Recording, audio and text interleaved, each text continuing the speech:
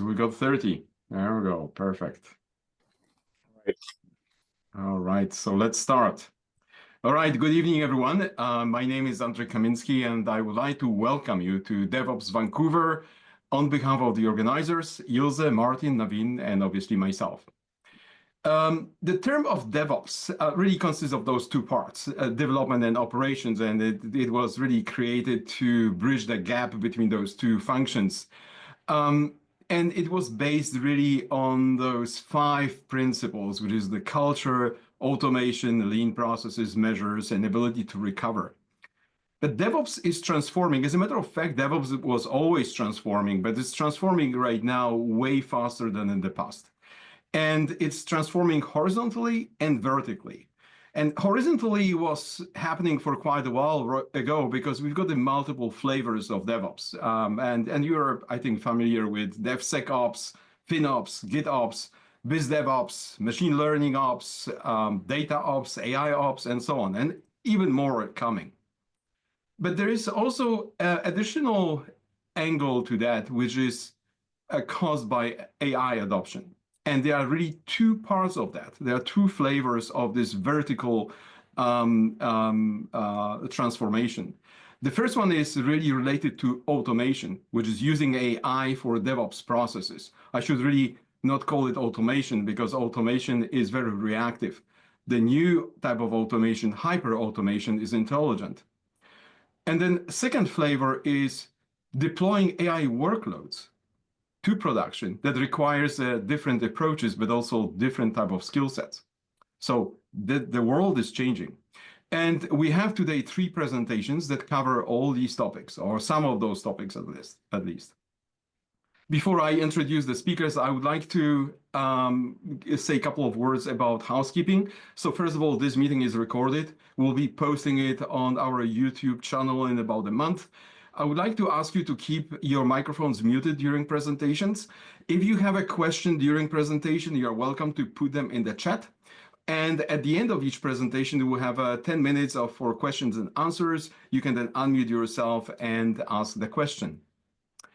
All right, so let's move to our first speaker, Danko Miocevic. And Danko is a software engineer who originally was trained as an electronics engineer.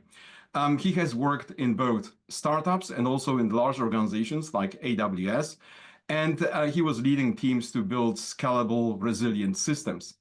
Now, Danko has been deeply involved in improving continuous integration practices, and he's passionate about technical processes that shape not only the software, but also collaboration and culture, which is close to my heart. Danko, over to you. Thank you. Let me share the screen. This is when I ask everyone, can you see my screen now? There you go. It's coming. Yes. Okay. That's good. So, great. So yeah, I'm going to talk about a part of what Andre already explained of DevOps. This is more specifically on continuous integration. But we all know the parts of, well, might not know, but there is a part of continuous integration that is related to the actual software or the actual technical part. But I was also wanted to put some focus on how the team, on the changes that happens at the human level when you implement these kind of changes and how that affects the way you work, right? So if there is one thing that I want you to take from this presentation is basically that idea of, okay, I'm gonna build this automation for continuous integration, and I'm gonna also have in mind that there are gonna be some changes or there are some things that I need to focus on related to the people that are going to use that automation. So let's start. First of all, who are you, right? So I'm Danko. I'm, like Andre explained, I'm an electronic engineer. I started doing firmware. Then I did work with IoT. I had my startup, and then I started working on the cloud, and that's where I work on distributed systems and all that, and that led me to DevOps eventually. Once I was working in AWS, I started working on DevOps, and I started working simultaneously on some sort of team that we were helping other teams to get into fully automated CI/CD pipelines. And through this process, I helped around 12, a little more teams on getting in there, figuring out what is the process, what are the steps, like the milestones, what are they going to achieve. So having conversations with those teams, and this presentation is mostly about what I learned when I was helping these teams. And basically, yes, that. Sometimes those processes would take 3 months, sometimes would take more than a year. So it would depend on the kind of team, it would depend on what was the problem, the status of their systems, like many things, but it was a broad variety. And some people were probably wondering what kind of tools we were using internally on AWS. I cannot talk about that. But if someone is wondering if I miss soldering, yes, I miss soldering, but I tinker with some soldering stuff every once in a while here at home. And you're gonna see a lot of memes and stuff in my presentations. I cannot avoid putting that stuff on the whole presentation, so bear with that.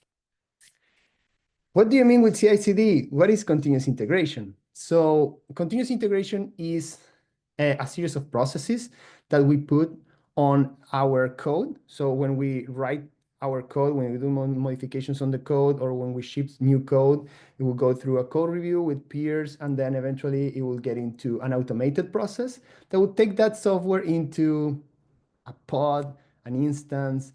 Eventually we'll get into some sort of computer where it will be in production, and like people will use that software. So what happens between I push the code and until that gets into the actual people that would use it, our customers, our users, is what continuous integration takes care of.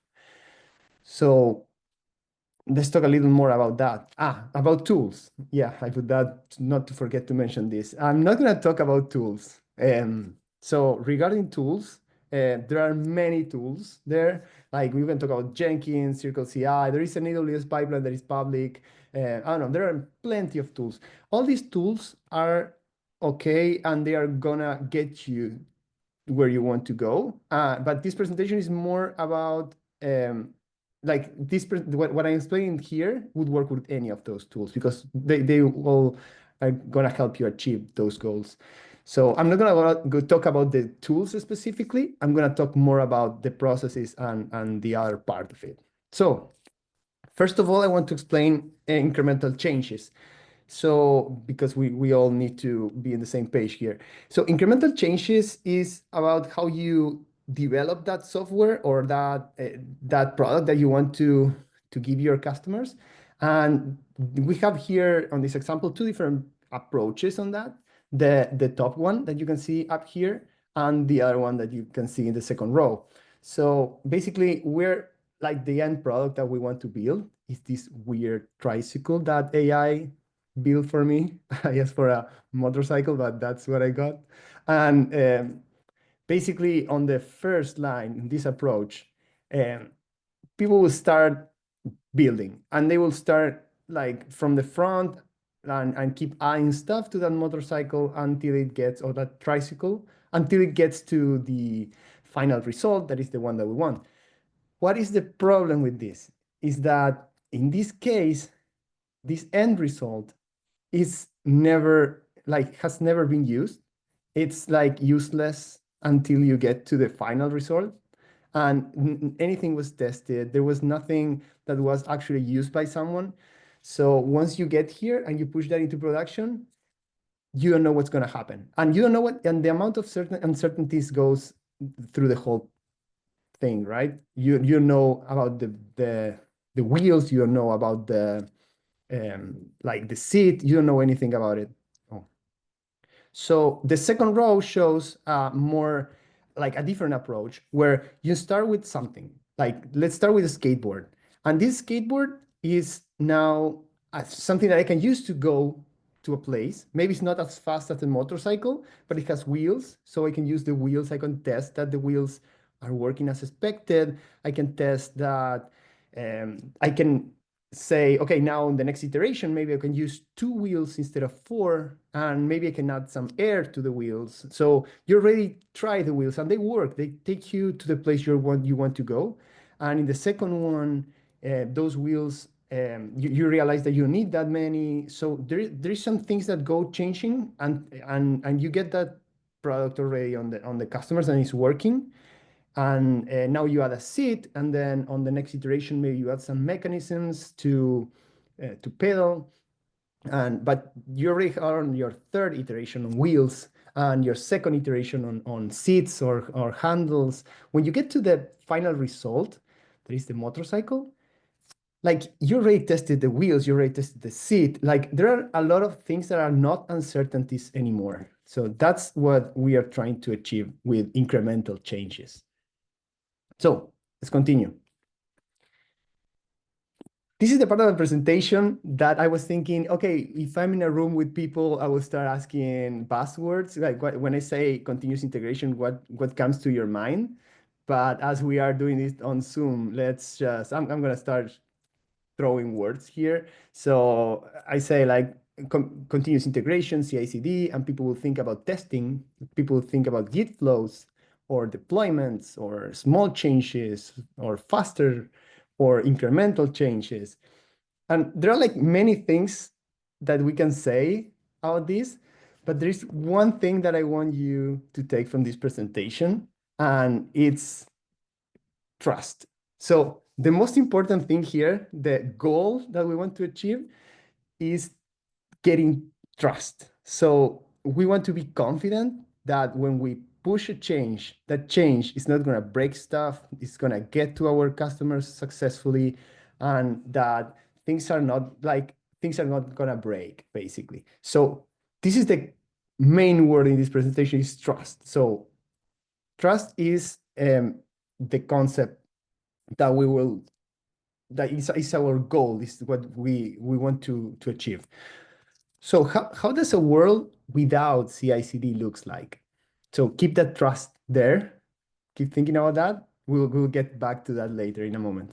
So how does a world without CI/CD looks like? As you saw on the previous slide, we had this bicycle or this motorcycle that never got into production.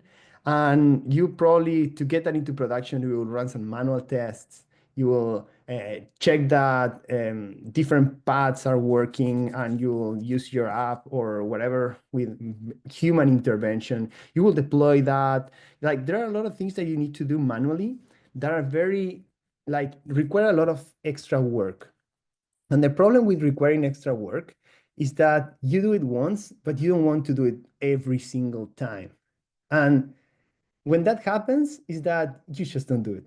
So what people would do is, okay, let's put more things, more changes together, so we don't need to test every one of them. We test them all together, and then it just blows up. You don't know which change was the one that was failing or not. And then some, like, next time when you push something into production, you'll say, oh, last time it just blew up when I push it. So now, I don't know, maybe we need to add some extra thing, and it keeps getting longer and longer. Or maybe there is this big chunk of code that is very old and is not correctly tested automatically. So people say, like, I don't want to touch that, that piece of code, let's leave it like as it is. Don't touch it. It's working, don't touch it. And you get into those situations where people are afraid of making changes, or people just don't want to do the changes because it takes so long. So it's kind of a circle where you get, and it basically slows down your team. So that's the kind of thing that we want to avoid. How do we avoid it?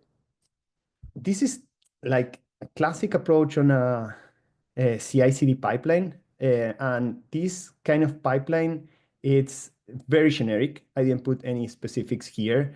And we might talk about some of these parts in a moment, but basically what happens is at the beginning, you have some code change that you want to push. So some of your teammates will take a look on a code review, and they will approve it, or they will say, hey, maybe we should change this part or whatever. And once that code review is approved, it will get a push. And we call it a push into production, but it will go into a pipeline. So the first step on that pipeline is probably a good amount of tests that will go through it. You probably run those tests already locally, but we want to be sure that those tests run every single time. So we will just put it there as the first step. Once we get there, like the test pass, it will go into a staging situation.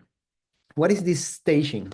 So you might have different configurations here. You have like alpha, beta, gamma. This is not production, but it's mimicking what would happen in a production environment. And probably you have another team that is your sister team that you would want to interact with. Maybe this is an API or service that you need. And they will have also these environments. So you can interact with them without getting customers impacted. So these staging places are more stable and more similar to production as we advance in the pipeline. And you can run more tests that you cannot run at the beginning because these tests are maybe end-to-end or integration. So things that you need to interact with other systems. And once you go through those tests, then you get into the environments. And the environments are basically your production side of the pipeline. And that part of the pipeline is where you can actually have impact on your customers because it's production. So, but maybe you have, I don't know, you have a region in Europe and you have a region in US. So the things that will work in US might not work on Europe. So you need to test both environments separately. And you cannot actually run most of the tests that you ran before because it's production, so you don't want to break things. But there are a lot of things you can do there. You can put automated rollbacks, you can put alarms. So this is where like the operational part of it gets more on the dashboard side. Like, okay, let's validate that everything works before you move to the next environment. Or the idea of all this is trying to reduce the blast radius of a problem. So why do we do all this? Basically for trust. So we want to be sure that everything that we push and we get to our customers is safe and we don't impact them. Because if we impact those customers, service is going to be down, or maybe we're going to lose money, or we're going to lose like trust from those customers. So those are the things that we don't want to. And all this process makes us believe or makes us confident that that is not going to happen. And I left this part out of the pipeline because, and a different color and everything, because code review now is the last place where you have a human interaction. And that's a very cool thing because it helps you identify a place where you need to actually put some thoughts. Because now in a manual deployment, you were just talking with, like, you were there, like humans were involved in the whole process until you're testing in production, you were deploying manually, you were doing a lot of things there. But now that's all automated. So here is where human interaction stops.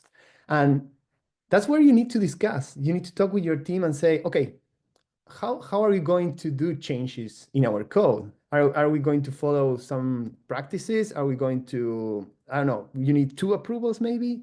You need, I don't know, a manager approval to do this specific kind of changes, or a security approval to do this kind of other changes. So it depends on how you organize your team, the kind of product you have. But this is a discussion that you need to think about and you need to have, because that code review or that pull request, however you call it, is the last place where a human is going to be involved. So it's an important and a key part of it. So let's continue. Testing. Yeah, we were talking about testing. We saw testing throughout all the pipeline, but the interesting part about testing is that in all the teams that I talk about testing and discuss, with every person that I discuss testing with, they understand a completely different thing about testing, different from what I understand. So, for example, if you talk about unit tests, So some people would say, yeah, unit tests are testing this part of the code. And oh no, but if you test a class, maybe it's also a unit test. But if you test the interaction between two classes, it's not unit test anymore, it's integration. And then you have a lot of these discussions and start changing. And the first thing you need to do here is to talk about it and like get into an understanding of what you mean, because it might be that you are sure that something means one thing and for the other person means a completely different one. And there are so many kind of tests that you can do here. I'm naming like some of them. Smoke tests are great. It's when you turn on something and if it's smoking, then it's failing. So behavioral tests, if you do BDD, or I don't know, security testing, regression, performance. So many kinds of tests. And also this is something that, again, you need to discuss with your team and say, hey, what kind of tests we want to put on our systems? What is the kind of like to make us feel safe and confident that nothing is going to break when we push something into production? What kind of tests are we going to put there? And also, it's about not getting too far. You need to find the balance on that, because you don't want to spend like a lot of time, because you need to maintain those tests and you need to work on that. So it's kind of, you need to get that correct balance between the effort that you're going to apply and the benefit you get from it. So that's another discussion. And again, it's a human discussion that you need to have before defining this. So it's the very interesting part of this that is not technical. It's technical, but not. So an idea here is another approach. That is how Google tests. And there is a really interesting book called How Google Tests Code. And they have this same problem, of course. And so they make a simplification on all these, and they call them small, medium, and big tests. They don't say integration. They don't say end-to-end. They just call it small, medium, and big. And I found that really good. I mean, it's really easy to figure it out that way. And some people would say, okay, no, small tests, and maybe those are the ones that you can run in an airplane with no internet connection, but the most important part is that there are going to be a lot of small tests because they are faster, they're easy to run. You don't need to interact with other systems, so it's easier to get a small test. And you have very little of big tests. But here's where you need to decide, hey, I'm going to be 100% coverage on small tests. Probably that's not a good idea either, because you're going to spend like a lot of work on that last 5%, 10%. And the benefit you get from that is so little that maybe you will be covered by a big test. I don't know, if you want to test like a network connection.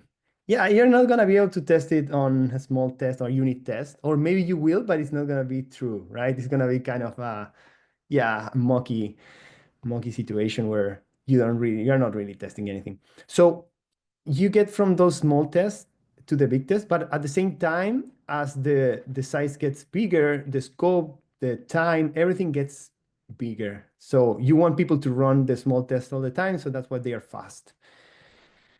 Okay. Small changes go far. Yes. So with small changes, there are a lot of things happening. I'm going to show them all. So the idea is that you need to be confident that things are not breaking. So if you have these small changes, the impact it will be smaller, the blast radius will be smaller. You're going to deliver faster results. You're going to be focused on the next task. So if you trust your pipelines and you trust that you're confident that nothing is going to break, then you just forget about it. Like, you send your change and there is another thing that is going to happen afterwards. And if something goes wrong, an alarm would trigger, or a dashboard will show you. So you don't need to be like manually going around checking that everything is fine. That's something that you need to think before pushing that code. So you need to think also about proper testing. So because it's going to be automated, so it needs to be part of your code change. And it's easier to do things like two-phase deployments that are for backwards compatibility. I don't know, I have like a JSON file that is going to be converted into Parquet because it's a better format. So first you do double reads, then you do double writes, then you remove one of the writes, and then you can always get back to that previous situation and you can roll back successfully, but you need to be sure that you do that. But if you were in the previous situation where testing everything was so complex, then you're not going to do this. You're just going to throw the entire change at once because you don't want to run those tests manually. So these small changes allow you to get into these kind of approaches that are safer. What about the team? Smaller task. We were talking about this. It's easier to handle and organize. You get more success stories because, like you saw on the graph with the motor and with the bicycle, is basically you have goals or intermediate milestones where you can get, and those are something that you can share with others and you can explain. And it's not just that, oh, I finished this wiring and nobody knows what that wiring is doing because it's not connected to anything. No, here is like, yeah, I have this working thing and I move to this other working thing. So keeps growing and moving. And so you can have more intermediate goals. Acceptance criteria is more clear because it's not, again, it's not like, oh yeah, I'm gonna be code ready. You know, I heard that so many times. Code ready, and nobody knows what code ready means. If it's not tested, it's not deployed. What is code ready? I mean, it's not ready in the sense of like it's working, but so what is what you want to achieve? Here is like you can push that code gets into production, gets deployed. So there's something real happening. Reduction in bigger incidents is also true because of the blast radius significantly reduced. And it's easier to split a task between multiple people. Like, okay, I have this big thing that we want to achieve, but you work on the wheels, I work on the seat. Like, you can split that task into multiple things, and it allows you to, I'm gonna test what he's doing, and I'm gonna push my change because I don't need to wait for him. And when they finish, they're gonna do the change and remove that test and merge it with mine. So as the changes are small and progressive, this allows you to work in like easier. And the code reviews get so easier because you can see in a single code review what is going on. And I'm sure that many of you had those 15 pages code reviews where you don't really know what's going on. Like once you finish your like 20th file, you say, okay, I don't even know what was going to change at the beginning, and everything gets messy. And you have this description at the beginning that says, hey, so recommendations on how to read this code. And it's like, oh no, that's terrible.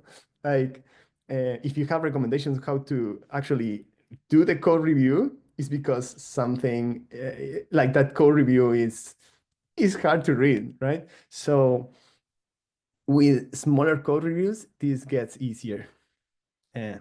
So the idea is, again, trusting that you push code and the code is not going to blow up. How do you CI/CD? So again, I was doing these meetings with these teams in AWS, and some of the things that we were talking about is, of course, how to implement that. And again, it's all about thinking on trust, on confidence. Like your team needs to be confident that you push the change and it's going to be safe. So how do you do that?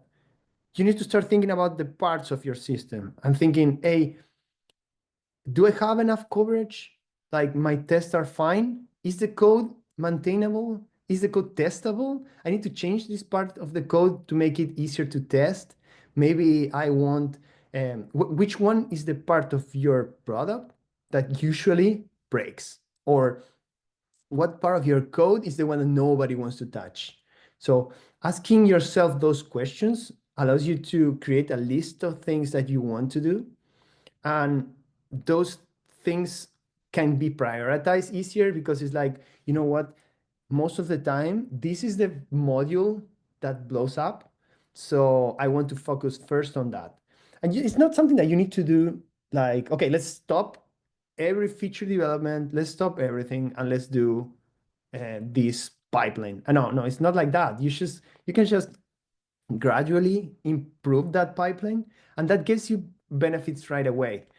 especially if you tackle the most dangerous parts first, because you can maybe say, yeah, let's assign 10% of the work to the pipeline. So you have one person, maybe two, working on that.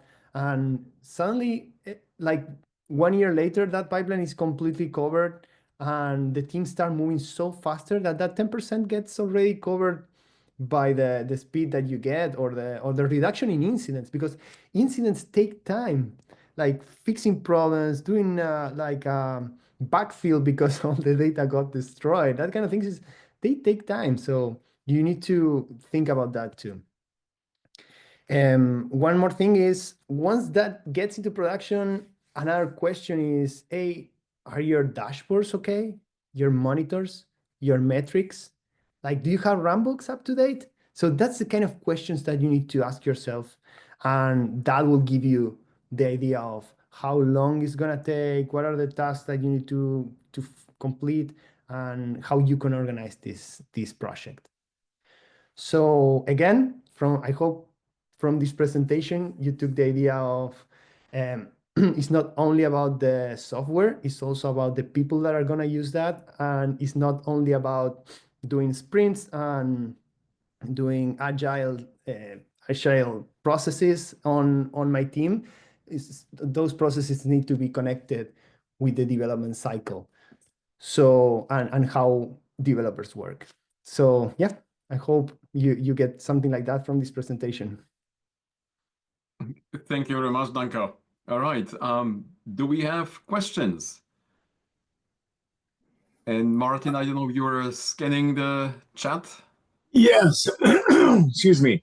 One point was brought up by Chen Henry, and he pointed out that watching the slides, you're saying that code reviews is the last place for human interaction in your CI/CD coupled place for human interaction.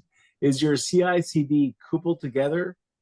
And who's in charge of this SEMVer, the human or automation? So I don't want to I can paraphrase that. Yeah, I am. What I meant with the last place where you have human interaction is because if you have a fully automated pipeline, once you push code into that pipeline, the pipeline will take care of it and it will get into production eventually. It's not going to be right away. It will get there eventually, but it's not that someone needs to be there pushing and moving that code or running something, or the pipeline should take care of it completely. So the tests are going to run, and you will move to the next stage. You will just do all these processes and you will get to your customers eventually, but nobody's going to touch it. Of course, you have probably an on-call person that is going to be fixing if something gets broken on the pipeline, because that's another problem. Now you have a pipeline to maintain. But yeah, what I was talking about is like the regular development process where developers will just push the code. And another point that I actually raised and someone else pointed out was attacking the most dangerous part first, which I thought was brilliant. Can you elaborate a bit further on that? Yeah, it's really interesting when you actually and the idea is to trigger those questions, right? To like you sit down with your team and you say, okay, what was broken? Like what generated the incidents lately, or which part of your code was the one that nobody wants to touch, or like, okay, this is like very old. It's written in, I don't know, C++. Nobody wants to touch that. It's like, yeah, it's because it's not correctly tested, or because you think it's gonna blow up. So that's what you need to tackle. Yeah. Yeah, no, I've seen that so many times. It's like, okay, well, we don't go there because that's that piece of stuff that nobody really understands. And it's like, yeah, back away. But really, that's the part you should be attacking. Yeah, totally. Another question here is, what's your recommendation when the project is in POC, a POC stage, and devs exploring different paths, and they can not really work together yet. So proof of concepts, and they're all going diverging and haven't gelled on their on the concept. Yeah, I mean, it's great because it doesn't take much effort to actually write testable code and maintainable code. But it's true that when you have like a proof of concept, the question is like, are the members or customers or your users gonna get impacted if something goes wrong? That is the question. So if nothing is gonna happen, you probably won't invest in this because it's not really helpful. But you need to think that in the future you want to have something like that, or like if that's the idea, and your code needs to be prepared for that. Because if you need to rewrite everything because you did it in a way that it was because even you can even go fast creating the code in a way that you don't need to rewrite it completely. So just having that in mind. But I don't think that if it's not going to impact any customers or users, you need to actually go through all like setting up a complete full automated CD pipeline. Yeah. Excellent. Thank you. Those are the questions so far. If there are any others, I'd be happy to push them forward. Yep. And as a matter of fact, anybody can actually unmute right now and ask the question directly. Please go ahead. I have a question for Danko. Okay. Please go ahead. Yeah, thank you, Danko, for a wonderful session. As you work right on AWS, so I was just wondering, right, like AWS is very famous for releasing software multiple times a day. So I'm sure, right, the CI/CD pipeline will be too complex because the AWS is all about scalability and complexity, right, deploying in different regions. So, and when different developers work on these kind of, right, pipeline, you said, right, 10 developers working, and then there are highly chances, right, what you started initially, right, like there is chances, right, it will drift away from what you want to make. So what are your recommendations for those kind of challenges? Challenges on like having multiple people on the same project or having like big organizations? Yeah, I didn't know. complexity, right, like kind of Yeah, we well in AWS is kind of crazy because it's like a huge company, but it's like every team works like a small startup. I wouldn't say startup because you have all the ecosystem of AWS, but it's kind of like you can decide how you work, you can decide how you do things. And so that's why, well, they have the concept of two pizza teams. So the team cannot be bigger, that it cannot be fed with two pizzas. So basically, having a 10-person team is not really like a big complexity. The problem starts when you have multiple teams writing on the same code base. There you need to have some sort of organization, but I think that the same concepts apply, but maybe you need to think about how you like make these decisions together. That's, I think, is the most trivial, the not so trivial part. And Part, yes. yeah, human part, right? And who takes care of things broken, and what happens if the pipeline gets blocked at some point, like who's the owner. So having a clear ownership on what you do is very, very, very important when you have multiple teams working on the same thing. But so if the pipeline gets blocked, because that could happen, then who's the one in charge of reverting the change or fixing it or that kind of things. But beyond that, I think the same concepts that apply on a small team will apply on a bigger team. I don't know if that's what answer your question, I mean. 4 minutes Yeah, left, for- Danko. 4 minutes. Hi, Danko. Our Thank you. timekeeper, yes. Maybe one more question. Yes. Can I ask a follow-up question? Yes. Hi, Danko. This is Wei Chen. Thank you for your first answer to my question. I just like to follow up. I'm sure I can only imagine in AWS there are a ton of POCs happening. I'm wondering, how do they start the DevOps with the POC? Like, how they go parallel, or can you just share your experience? Thank you. Well, AWS have very, very high standards on the things that get deployed. I don't know, I really don't know how much can I talk about internals, but the idea is that there are like a lot of standards in terms of the quality of the things. And of course, AWS is customer obsessed, and they are really, really obsessed. I never seen something like that. So if something is going to impact customers, that's the first priority always.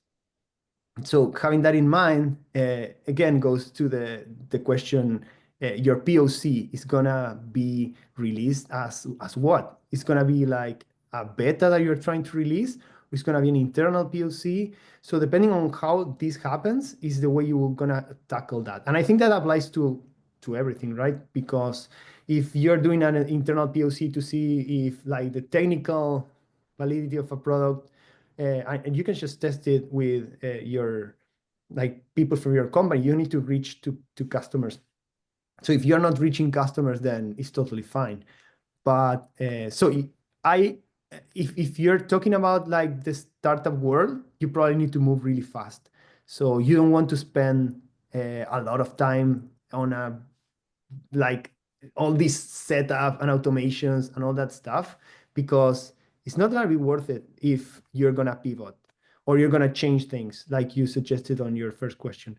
So in that kind of scenarios, you need to balance that kind of Thank you. things. Hope is helpful. Yes. Thank you very much, Danko. Yeah, and I want to thank everyone for attending.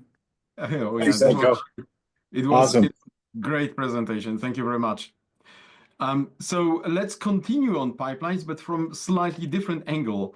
I would like to introduce Praveen Sam. So Praveen has over 14 years experience in IT, currently working as a DevOps engineer in Global Relay. But he's not only DevOps engineer, but he's got also expertise and experience in site reliability engineering. So at Global Relay, he is instrumental in optimizing infrastructure, automation, and system reliability. But currently, he is transitioning into machine learning ops with primary focus on Azure environments. So let's find out what he learned and what he can share with us on that. Praveen, over to you. Thanks, Andre. Thanks. Excellent. So, good evening, everyone. Thank you for joining today's session. As Andre mentioned, my name is Praveen Sam, 14 years of experience in IT, and I'm primarily working as a DevOps engineer and site reliability and platform engineer. And now I'm just moving into ML ops. Throughout my career, I've focused on my multiple area like scalability and reliability, fault tolerance, and infrastructure point of view. Recently, I started looking into ML side.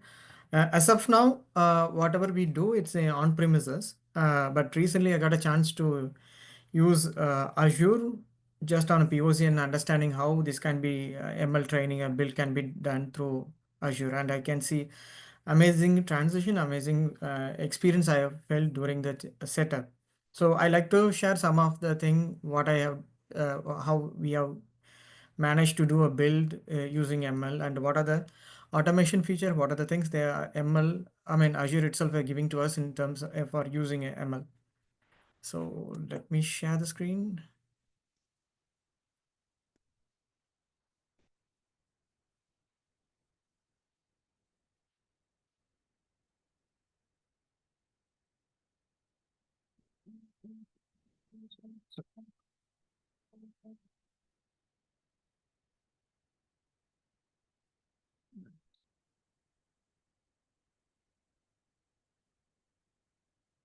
Right.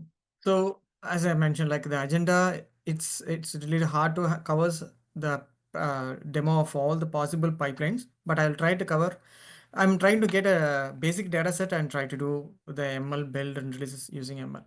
I mean, using Azure. The topic which I like to cover during is importance of automation in machine learning workflows and managing ML pipelines in Azure, and how ML service helps streamlining the process, and types of pipelines available and their component. Overall, like I can say, familiarizing ML Studio portal. The ultimate aim, what we're going to see is like how we can use ML pipeline portal or Studio portal, and we can build our application with the person who knows about ML, and even if you don't know about the ML, still they can able to do it with the help of the portals. So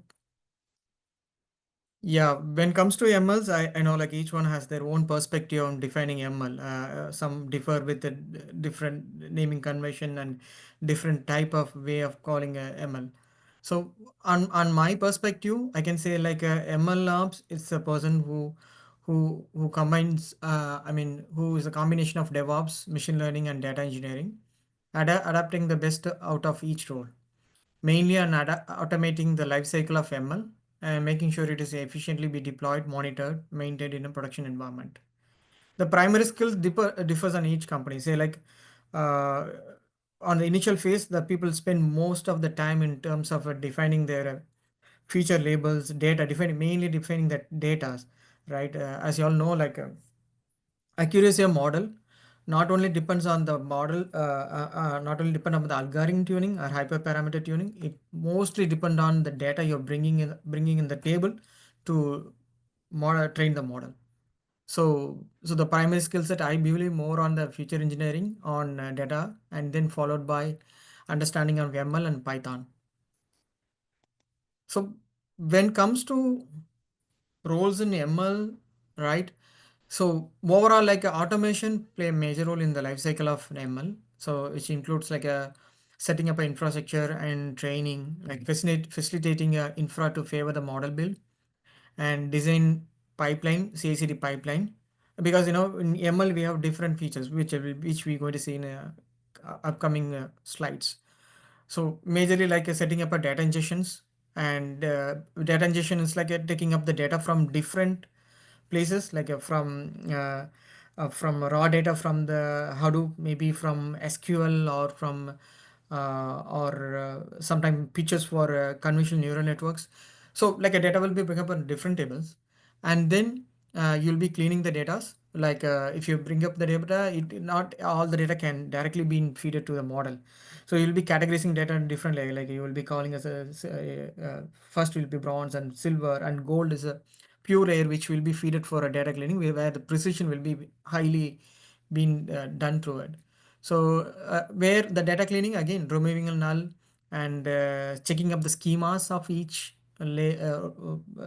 row of data you're feeding to it, and also like a data transformation, like a feature aggregating, normalizing the data, and data reductions. So when you take a CSV file for a model build, it has maybe multiple columns. So not all the columns are relevant for your predictions. Say like I want to predict diabetes of a person, I may have a 10 columns of data. So not 10 columns are relevant to it. You will be finding the relevance, like a coherence between the columns. Make sure that what each column have an impact on other ones, right? Finding the relevant, and that will be feeded for the application to build. I mean, model to build a application. So yeah, so those are like roles of ML, like which like a data part and pipeline, infrastructure setup, and all together.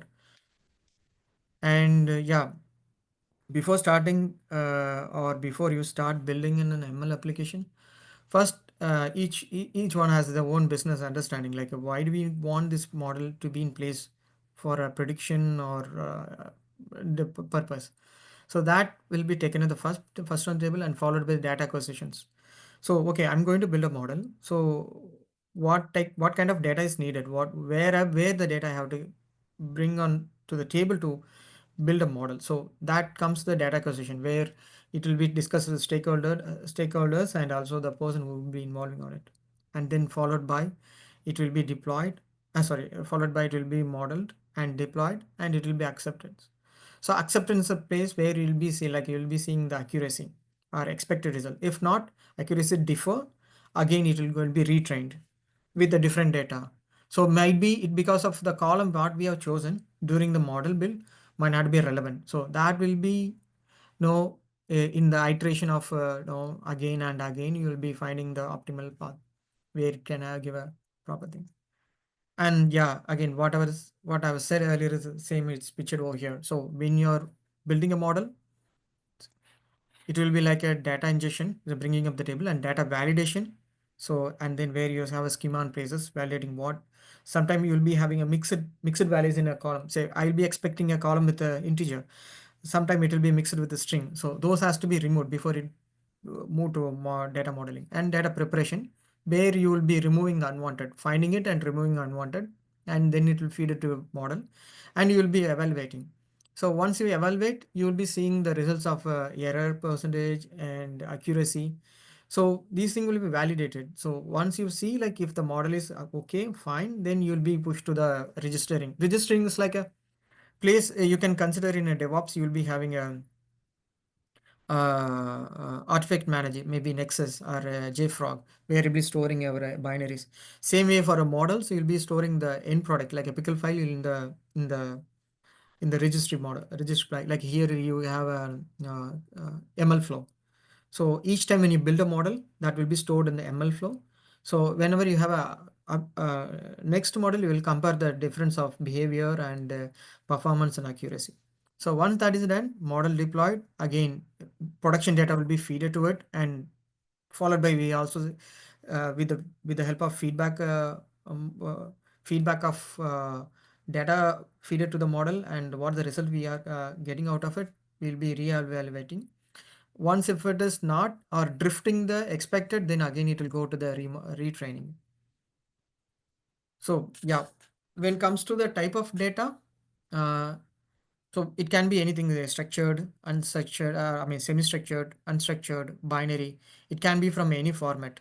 But whatever it comes, the basic structure is the same. So you will be extracting a data and validating the schemas, and missing value. Removing the missing values. Sometimes you have 9 columns, and so in some of the row you might not have the values on all the columns. So removing those out of it, because the main problem is sometimes these may lead to difference in precisions.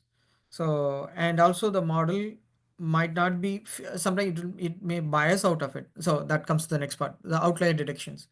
So for example, if I'm finding a person who's having diabetes, due to some reason, some of the data might BP, I consider the value of BP between 80 to 120. Invariably I'm getting a value of around 200, which is not usual, right? Considering that data during the model prediction or during the model build will affect the overall results. So removing such outliers is one of the part of a data preparation, and then consistency check, and then that will be fed to the environment model build.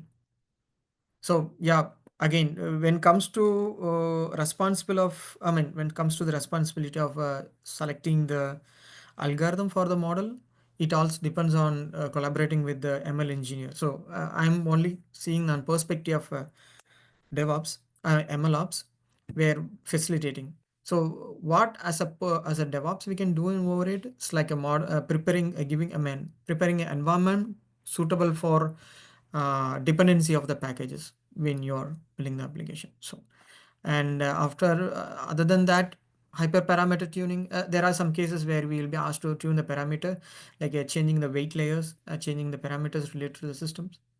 That will be done only on the recommendation of ML engineer or data scientist. Yeah, again, so that one is trained, then we are predicting it. Most of the time, when we were using in on-premises, whenever we do a build, we were using Kubeflow for building the application, and ML flow for registry. That's a part where we are also doing a monitoring. So the overall setup itself, we were taking around 3 to 4 days on building every models, because the cost on preparing TPU engine or a GPU engines are not affordable on all the times. So those are one of the reason why we are started seeing on Azure cloud for building our ML. Yeah, this is a Kubeflow for it.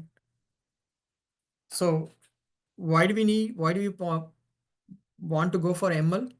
So as I mentioned earlier, in our build application, we have different component. For bringing the data, we have ETL engine in places, and the data filtration, we have a different system which will get the CSV file and remove the unwanted, prepare the data. The CSV file which is capable of running on ML, and then we'll move to versioning of data. So before it move to model, we'll version each data, because sometime, right, when we find the version of data is suitable, then we will propagate to multiple teams for testing. So we use a fee store as our data maintenance, managing the data versions, and then for model build we are using Kubeflow. So the main problem is these are independent component.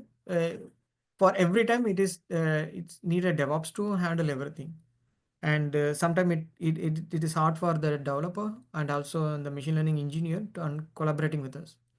So when we see Azure, it's a single portal where we have everything in place, and then we will only be paid for the component and the duration of the machine it runs. And most of the time it has almost all the component in the portal itself. We don't have to go for any foreign software for integrations or anything. Everything is in places, and module support is tremendous in the Azure. So this is how the portal look, and I straight away go for I like to show small demo, and where I'm going to show the different type of build and how we benefit each of them.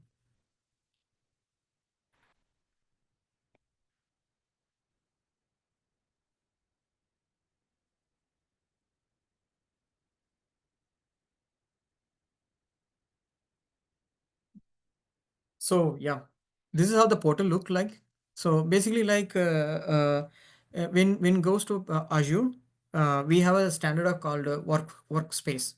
So workspace is, you can consider as like a kind of a namespace, wherein which you have all the component in it will be created, stored.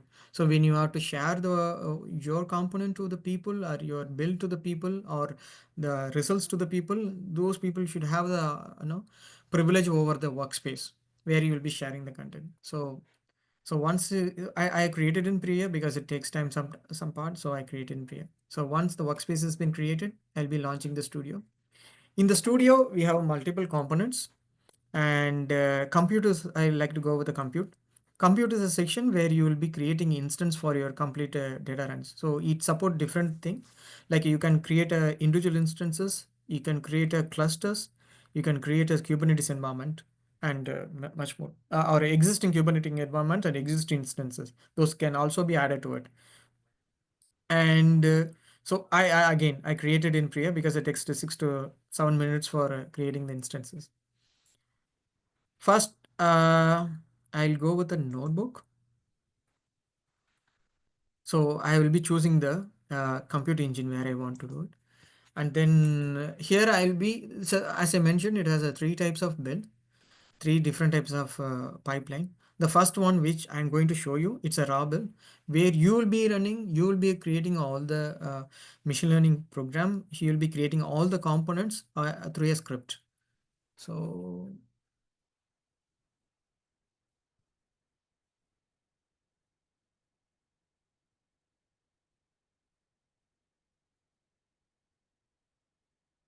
I clone my repo. So once I clone, I'll be seeing the code bases. So I'll take this example.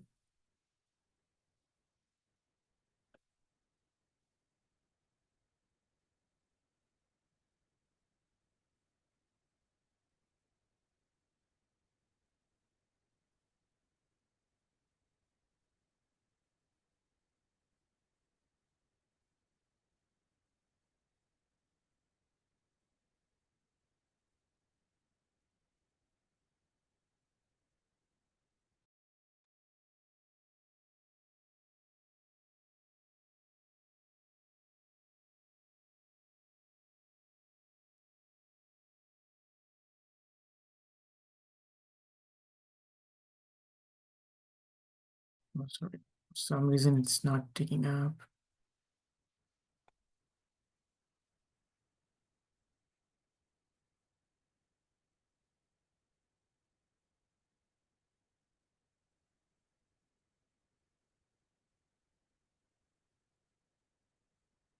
Right.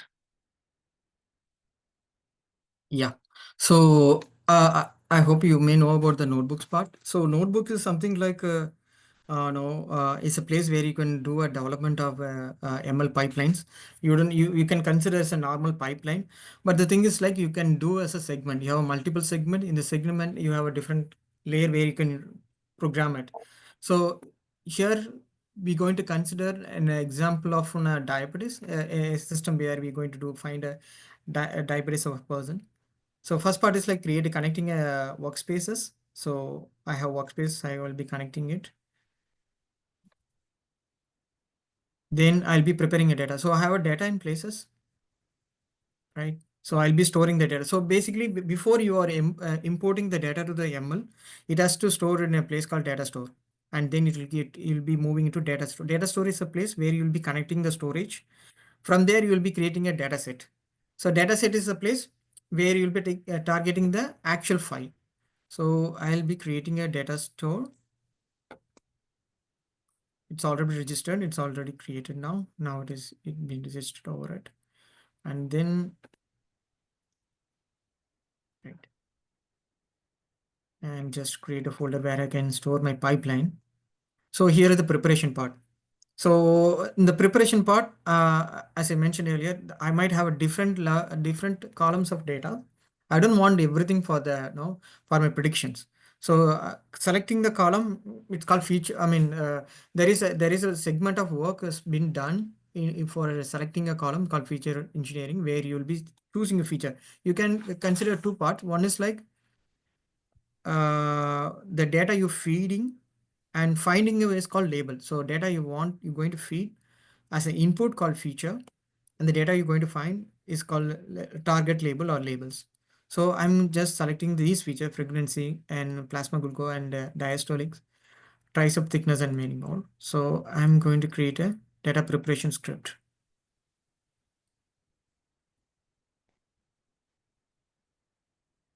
Okay. And then now I'm going to do a splitting part. So in the splitting part, so you will be having a multiple. So one thing I just need is, I mean, explain it. These code, it's a raw code, right? It's something you will be writing it. In the next example in the pipeline, I'll be showing the same thing with how we can do it in the automated pipeline.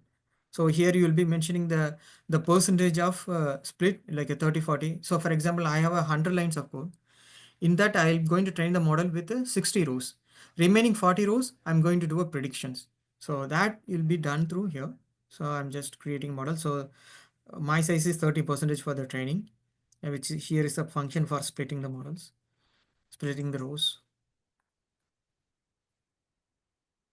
And then now I'm going to assign the target model. So in the target, so all these things are preparation, pipeline preparation. Now I have to select the compute engine where I have to run the code. So I have created a compute engine called DevML. So I'll just replace with DevML.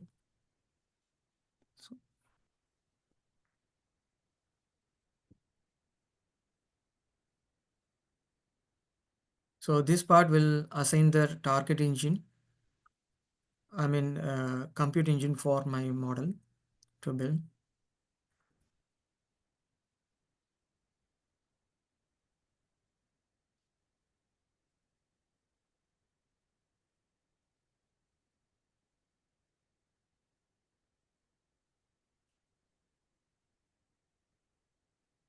Okay.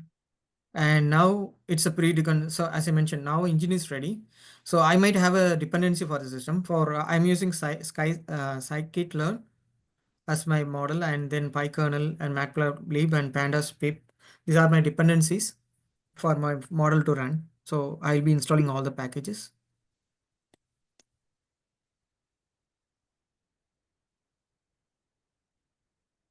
And here is the place I'm going to run my data pipeline. So we have two scripts. One is a preparation script, as I mentioned earlier, that will be preparing the preparing my data. So removing the unwanted columns, everything will be done by that. And second layer is I'll be registering my training script. So both I'll be running it. Now I'm going to run my pipeline.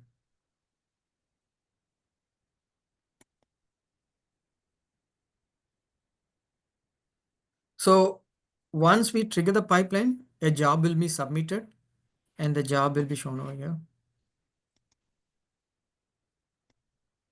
Here it will run.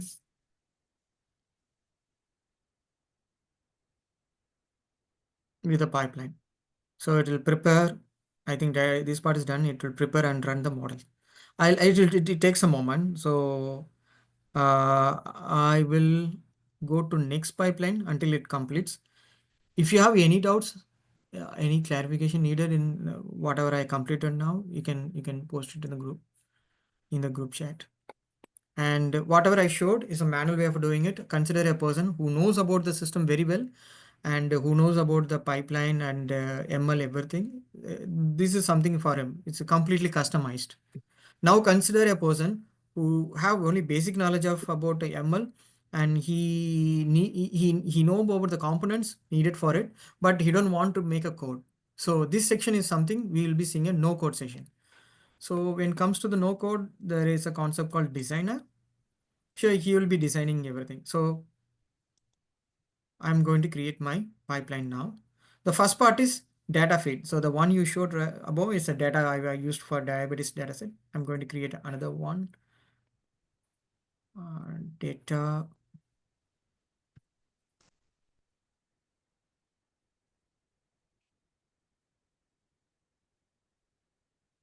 Pricing. This is a different type of column. Mine is tabular CSV. So I'm choosing as a tabular. So my source, I have my CSV file in the local. So as you all know, like when we go for cloud, if you go for if you consider AWS, when you want to import any data to inside a PaaS services platform as a PaaS service in the cloud, you have to go either through S3 or you have to do it in a EBS drive before you are adding to the engine. Right? Same here. So I'll be pushing my data to a blob workspace blob store. So I'll be choosing the folder files and then I'm importing it. So now it comes to the place, so it will show everything. Actually, I'm going to do a prediction. So I have a square feet, a number of bedroom, ages of the building, and the price it is. So here it shows a column. So you want to skip the rows, anything you can do it here. Delimiter is different, then you have to choose here. So everything in the portal, no code. Everything is in the portal itself. You just need to choose the things. So and then you go for the schemas. So if you think anything is out of scope, like if it has a mixed, then you can change it over here. So mine is everything integer. So this part is fine. Then creation. So my data is ready. So I'm going to feed my housing price as a data. And then followed by, I'm going to do one by one. First part is like, I have to select my data. So I go to component. There I showed in the previous pipeline, I was showing a Python script where it has a multiple function. I'll be choosing the name of the columns. But when it comes here, you have a select data from the above one is data set. As I mentioned earlier, from data store, I created a data set. I'll point it here. In the data set, you have to choose columns you're needed for your model. Sorry. Yep. So I go to buy the name. I need a square feet, bedroom, price, and everything. Saving over here. And then followed by, I'm going to split the data. As I mentioned, it has 100 rows. I'm going to split. The split there, I used a function. Azure function where you have split function to split it. Over here, you don't have to do it. You just need to drag and drop. Split over here. The split, I'm going to say I want to train my model with 60%.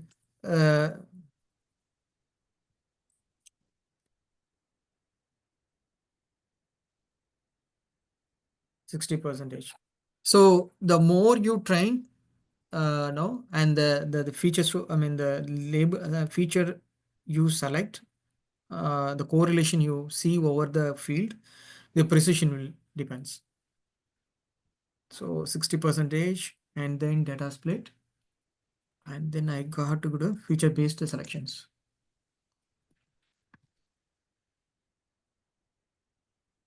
So feature-based selection.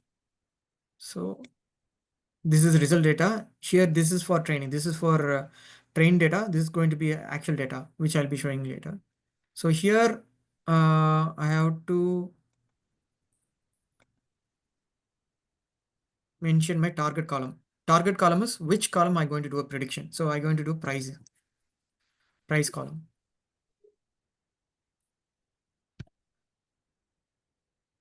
And a price column. Here there is a recommendation from Azure. That is called Pearson correlations. So the data has to be transformed with the help of column transformation module, which actually find the covariance between the variables, which improves your product precisions and data pureness. So for that, I'd be using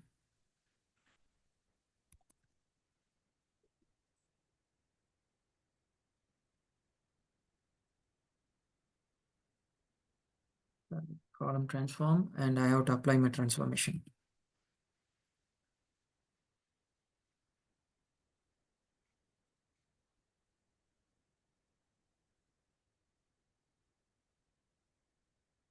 Here I have to, from feature, I have to go there, and I have to transform.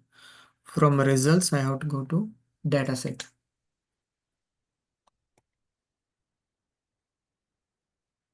So with the absence of this particular module, still the prediction will go, but accuracy improved are recommended from Azure to use a particular block. The name of this particular Pearson coefficients. It's called PCC. And then once it's done, then you have to change, add your algorithm. So there we were using linear regression. So it's a linear regressions. So I'll select the model, my train model, and my algorithm. What I'm going to use is linear regressions. I have to choose my train model and data sets to over here. And then, okay, here I also have to choose my target column. Target column is price. And then when I was showing the slide, I was explaining about evaluation. What are the outcomes of the model that has to evaluate? Score has to be evaluated, right? For that, we have score models.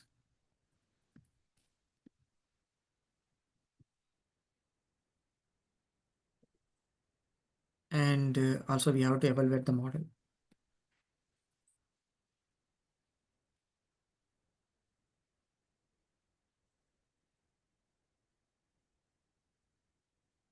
And here it goes to evaluate. So here what happens? Whatever it trained, it will come here. The real data will also be shown. So it will going to do a comparison of my prediction with the actual data. Whatever I predicted, I'll be cross-checking with the actual data.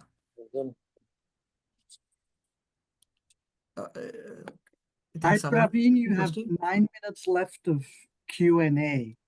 Oh, right. Okay then. Yeah, not sure how much longer you have in the Let me presentation. run the models. Yeah, not take that. Yeah.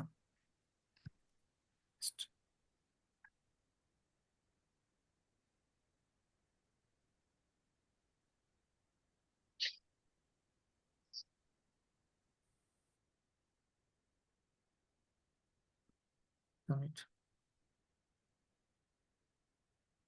So the model will be submitted. I have one more auto ML, but I think it will take a time for it. So I think this will take a time. So meanwhile, if you have any doubt, any clarification, you can ask me. I think it takes another 3 to 4 minutes to complete the model. Great, thank you. Do we have questions from the audience?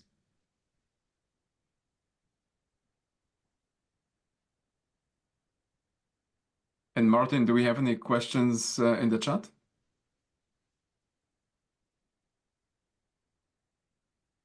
Not yet.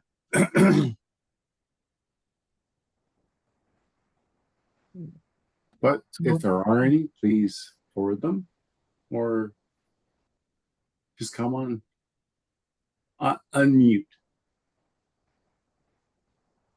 Sorry? Just asking the audience to unmute if they have questions. All right. Yeah. So Praveen, I have a question Yep. because all these, right, creating it from scratch, either through code or you have done so many activities, right? It's a very complex process, right, for a person to. Is there any easy way of, right, like I tell my use case or like I can use a pre-built model rather than like stitching it together? Right. Are Actually, there any generic models available, for example, for a SRE use case, right? If I need some model like for incident management or incident response, is there something available in Microsoft Learning Studio?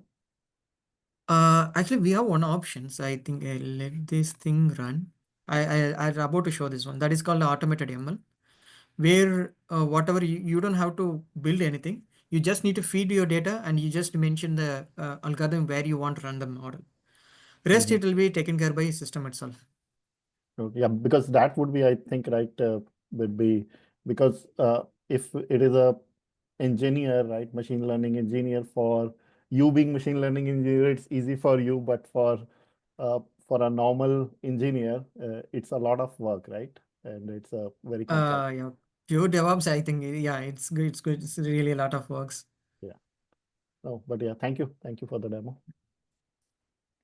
So you just need to find regression period, just apply and collect uh, the target column and next and compute engine.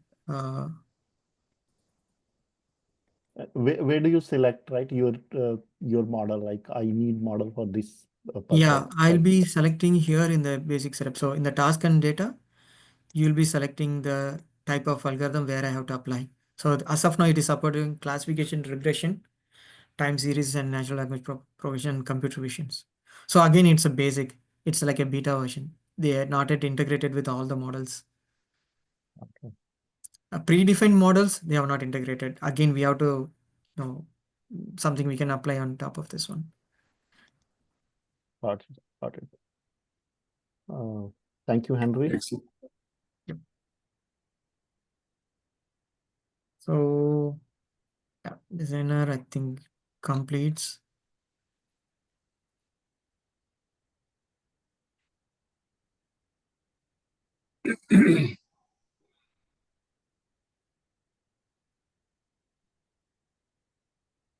I think there is one more question there in the chat.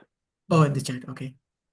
Sorry, Uh, Naveen. there is a question from Edward. I can read it. Okay. Benefit What of are no the benefits of no code procedure presented in Azure over versions that can be written directly with the help of traditional code in Jupyter Notebook or with the help of Python code? Don't you think that the code version will be much more manageable, especially when it was written following best coding practices?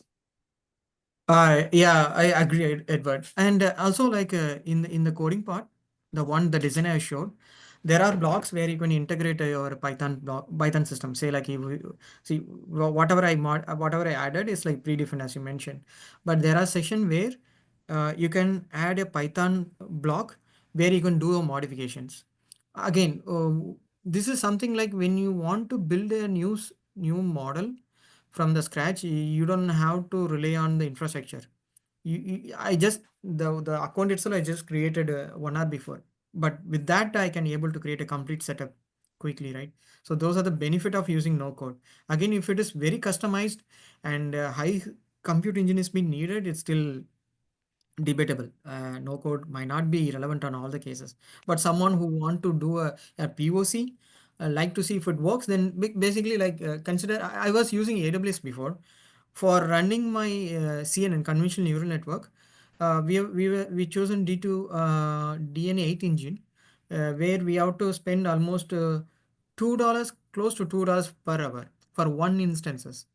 When I go with a PySpark, I have to three to four instances. So it's like a 1 hour, it's like a $10 for now. So per day itself, it takes around $240 to $250 for running the engine, which will give a decent response when I testing it. But those are not affordable for all the cases, right? So when it comes to here, these engines are completely manageable. You can stop whenever it is needed. And also, as I mentioned, you have the privilege of choosing your own Python module. You can install whatever you can on top of the system with some limitation of versions, but still you can able to do it.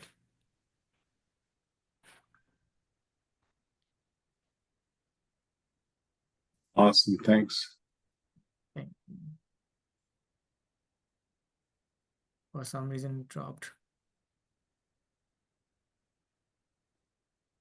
Oh, sorry. For some other reason it dropped.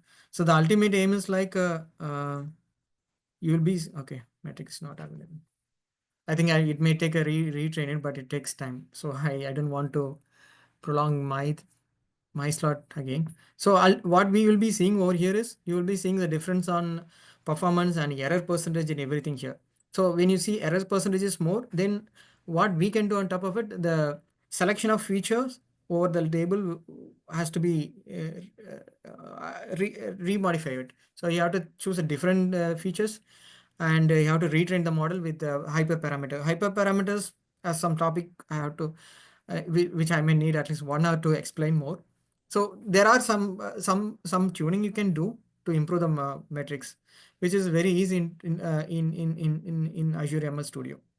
So, and comparing what we have done, what we have spent on premises, Azure ML is far better. Again, customization is still debatable. I hope like in upcoming years, they will be doing an effort in terms of improving their infrastructure, where you will be having option of complete customizable. Thank you, Praveen. Time's up. Thank you so much. Thank you. All right. So we don't have time for any more questions at this point, Ilse? No, unfortunately not. 16 seconds. 16 seconds. If there are any questions, Praveen, can we send to you if there are any questions? Yeah. Very well. Yes. Perfect. Happy. All right. So thank you very much for this fantastic presentation and demo, right? Demo is always been great to see when the things happen. Not always work, right? The demo gods are working against us, but you know, but that's great. Really, thank you very much for that. Thank you. All right. So let's move to the third speaker. Sorry, I'm just trying to get my screen organized here. All right, so our third speaker will be Patrick Major. But before I introduce Patrick, I just wanted to provide a little bit of context. As some of you know, that I am director at WorkSafe BC, and I was leading DevOps for the last 8 years. End of last year, I was asked to form a new department that is called Advanced Technology Solutions, and we are primarily focusing on emerging technologies and prototyping and identifying what is really coming. And the reason for creation of this department was because with the adoption of AI, and AI at this point is really a game changer for many organizations. The rate of change is increasing faster and faster. And we cannot do the adoptions of new technologies just at the side of the desk. Organization needs to be ready for adoption of those technologies. But also, if we don't do that, there is a risk that the technology debt within the organizations will start increasing. Because if you think about this, AI is not only for us to adopt in our processes and the way how we work, but also the vendors who are providing the frameworks or products are increasingly making changes to those, and we have to keep up with them. So our primary focus at this point is AI. And Patrick was a member of the DevOps, and Patrick is right now a member of Advanced Technology Solutions Department. So you will see in a moment what well, not exactly the software that we are writing, the agentic model, but the concepts that Patrick will be explaining. But Patrick has over 35 years experience in IT, and he started his career as a regional network specialist for Manulife Financial. And later he became a software engineer for Electronic Arts, contributing to such titles like FIFA 2007 Soccer, and which I'm pretty sure it was pretty stressful. And for the last 19 years, he's working with WorkSafe BC, and currently he's an agentic developer at Advanced Technology Solutions. Patrick is extremely passionate, which you will see in a moment. Patrick, over to you. Thank you, Andre. Actually, you're right. EA was quite stressful. That was the reason I came to WorkSafe, was proper family life balance, which they did not have with 18-hour days.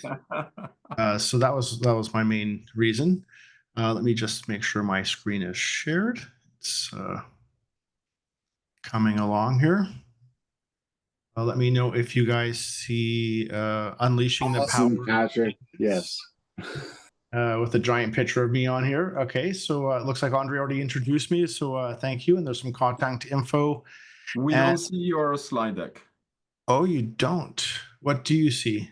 Your smiling face. Yep, that should be my smiling face. And if I scroll down, you see a different page. We're not seeing anything, Patrick. It's just the Okay. Give me a moment to see what's happening. Oh, I see. It didn't actually share. I got it. Okay, give me a moment to restart my my amazing presentation. I thought I'd hit start. My apologies. Okay. Zoom meeting and share. There we go. You should see. Yeah. And we're live. Awesome. We're kind of live. My presenting view. Okay, perfect. So yes, again, thank you for the great introduction. So today I'll be going over unleashing the power of agents, and specifically using Autogen and working with data retrieval from two sources, two different APIs. One where I'm getting just a random meal, I thought for fun, so I could make a meal blog post using a random API that gets just one random meal, and I get it to a nutrition API, and I gather the metrics there and put them together and make a 3-recipe blog post using similar technology to what we use internally, but I made this specific solution so I could share with anyone who is interested in the code, which will be in this Git repo, which will be shared in the chat. So moving forward, today I'm going to be covering what are agents, an introduction to Autogen, why Autogen, just a quick overview of some of the competing frameworks, common agent patterns, and of course a live demo, which is going to be using a 3-agent demo to grab the information as described. So what are agents? And I assume most of us are pretty technical, but I'll start with the basics. What is an AI agent? Think of it as a smart software unit that operates on its own. It chats through messages, keeps track of its own status, takes action, whether it's tweaking internal data, sending out new messages, running code, or even connecting external services like APIs, like what we're doing today. It's sort of like a digital assistant that reacts and acts independently based on what it sees or hears, or whatever other inputs we decide to give it. What's a multi-agent system? So take the concept of the agent, scale it up, and that's when you've got multiple AI agents working together, that becomes a multi-agent system, or what we call a multi-agent application. So picture a team of these agents collaborating, each through their own role, connected by lines of communication, as you see. They interact within an environment, forming relationships that sort of influence each other. Each agent, of course, keeping track of state and memory and previous interactions. Going into an image I got from one of the books I've read on this for a bit, by Victor Dibia. He's an amazing agentic system design guy, and this particular illustration was just perfect for what I want to cover. So the properties of a multi-agent system, one of them would be that each agent itself is contained within a unit that can be developed, tested, and deployed independently. And this is so that you can have multiple agents almost as their own personas, The modular design will allow the agents to be reused across different scenarios and composed into more complex systems as you get yourself a library of agents. Agents are inherently composable, so simple agents should be able to be combined to form complex, adaptable applications where each agent contributes a specific function service to the overall system. See here, sorry. What is Autogen? This is an open source framework from Microsoft's Research AI Frontiers Lab for building AI agent systems. There is a 0.2 and a 0.4 branch. 0.4 is where everyone's going, but it's a completely new framework essentially. So if you were on 0.2, you would switch over to 0.4. So it's designed for event-driven distributed workflows where agents collaborate and autonomously over time with they collaborate autonomously to achieve tasks over time, optionally with human input. So we don't need human in the loop here, but it can be turned on. The core architecture is built on a pub sub model.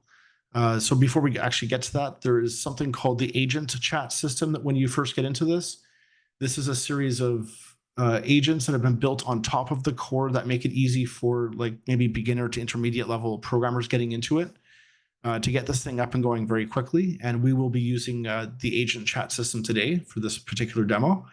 It has a core that will allow it to create custom agents, powerful new team types, and communication patterns, which we'll go into in a few slides from now. The various capabilities, the agents leverage a layered structure. So they got tools for task execution. We give agents memory for retaining data and planning for a task. I'm actually going to go back to the previous slide for a moment just to go over that. So a typical hierarchy of an agent, you'll have a generative AI model at the core. You're going to give it tool use, various tools that it can execute. Typically to save time and tokens, there's a lot of things that get redone that you don't need the agents to create. So, tokens are money. Memory to store user preferences or parts of the chat history or summaries that are relevant to the ongoing task. Of course, a planning aspect, so it can find the next implicit plan to address, and the orchestration. So going back down, see agent. So the scale and flexibility of this. So this is their system's designed to be a distributed system as well. So it scales quite easily, and it also supports C# and Python. So parts of the agent system in the distributed aspect of it can be either the C# or the Python frameworks. It also integrates with Semantic Kernel, which is another offering from Microsoft.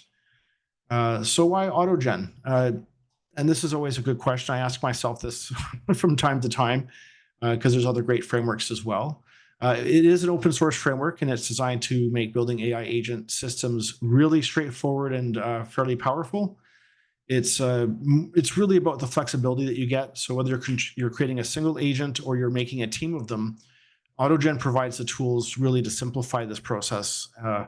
So it has a layered architecture, and you can work at the level abstraction, so like the agent chat, or go right into the core and create brand new agent types altogether, which is really important because a lot of other systems like, I'm trying to think of Crew, there's a few that it's really difficult to get in and modify the core design of the agents. It's event-driven and scalable. One of the standout features and something I liked early on about this was it's an asynchronous messaging system.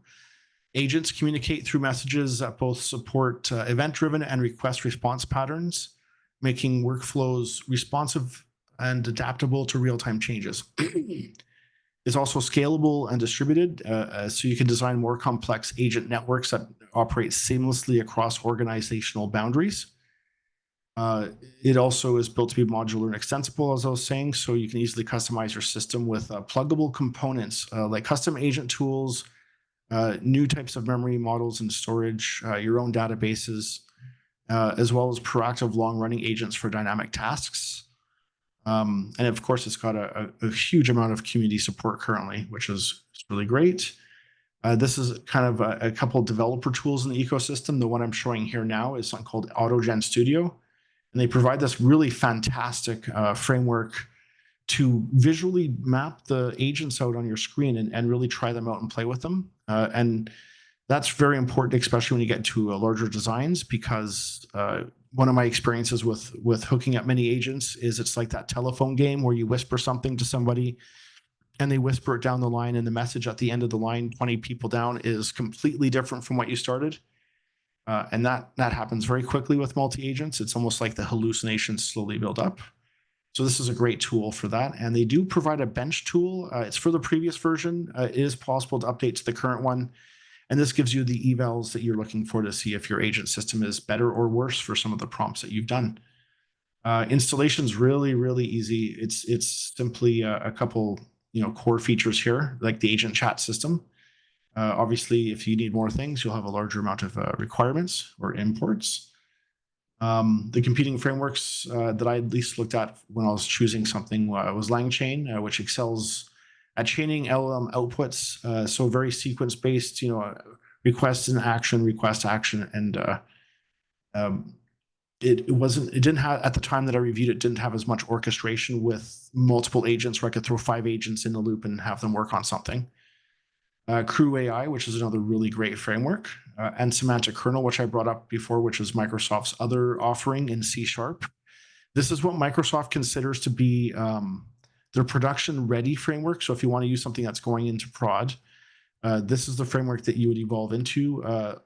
Autogen's really great for being on the bleeding edge of the cutting edge design of agentic systems. The semantic kernel difference is your group chats only have 2 participants, and you don't get more than that, at least not until about May. And so that's something to think about if you're going that way. And I think they focused on short agent systems, like 2 agents communicating instead of more, due to the hallucinations that were seen. And so I'll cover some multi-agent design patterns. I won't cover them too deep because it is getting late, and I don't want to keep everyone tired. But the multi-agent system, the selector group chat that we're looking at here, this is the pattern that I'm following for the demo that I'll show you in a few minutes, where basically you send the task in. The selector group chat team the selector basically is the orchestrator. So this is an LLM that's looking at the continuous chat and deciding, once one of these ends, who's the best suited based on the various descriptions of the agents to take the task on next. And this is a really great one to start with. This in the round robin. So when you're just beginning, and it's easier maybe to do a sequential workflow where you do one agent, and another agent, and each one's just passing a single message. This one here is a collaboration, so it's really also very great to work with. So I would recommend this or the round robin to start with if you're new to this. The swarm group chat. This is something that was written, sort of a concept from OpenAI actually, and they have their own OpenAI swarm. It's a multi-agent design pattern where you've got a team of agents working together, and the agents can pass tasks to each other based on what they're good at. So they have this concept of like delegation. So the agents get to hand off tasks using like a handoff tool where they sort of know, all of them are watching the conversation at once, and they know based on the handoffs that they've been given, who's the next best person to hand off. So it isn't using an orchestrator model. The agents themselves are orchestrating this. The Magentic one, which is a very specific one to Autogen. This is actually a fairly interesting pattern. So you just add this as the team, and internal, you don't really get to know much about its internals other than it's got a file surfer, web surfer, coder. It can make changes in the terminal. Essentially, it's an all-in-one do anything tool. Granted, of course, it doesn't do just anything. There are definitely, when you get into task specifics or where you need deterministic results, it isn't always the best tool for that. But it's definitely, I found it to be an interesting and fun part of the framework to play with. But so far, I haven't found it greatly useful. The sequential workflow I was talking about earlier, where you sort of pop in with, like, say, an agent chat or an assistant agent, and you have it do one thing, like get your concepts, pass those to the agent, get the copy, review the final proof from the user, and possibly loop back. And it's useful for fairly simple flows, and it's deterministic, which really helps when you're trying to test something and validate that it gets the same results over and over. The group chat is another great one. This is very much sort of like how the swarm worked. Well, that's actually the handoff pattern. This is more, sorry, like my mind's going on this here. The selector group chat. So if you wanted to modify the selector to be more specific to your use case, you would actually use the core framework and modify the group chat. And then in here, you would put your own rules. And the general gist of this in the group chat is that there's a stream that everyone's listening to all the time. And then there's a manager agent that helps people speak, but they're on the same stream. So it's really good because it splits tricky tasks into bite-sized pieces. It lets each agent focus on each one's strength, and you can, at a bigger level, nest these group chats into bigger hierarchies. So each one's output goes into the next for more complex projects. The handoff pattern, this is the one that Swarm kind of uses behind the scenes, and this would be the same pattern that you would modify should you want something a bit more tailored to your needs that's similar to the concept of what Swarm does. So the handoff is a multi-agent design pattern, again, pioneered by OpenAI. It's like a relay race, where an agent passes the baton from one to the other using a tool call, delegating the work to the best suited teammate. And the reason why you'd use something like this is it's in dynamic collaborative scenarios. It allows agents to hand off tasks based on expertise, boosting efficiency and flexibility when a single agent can't handle everything.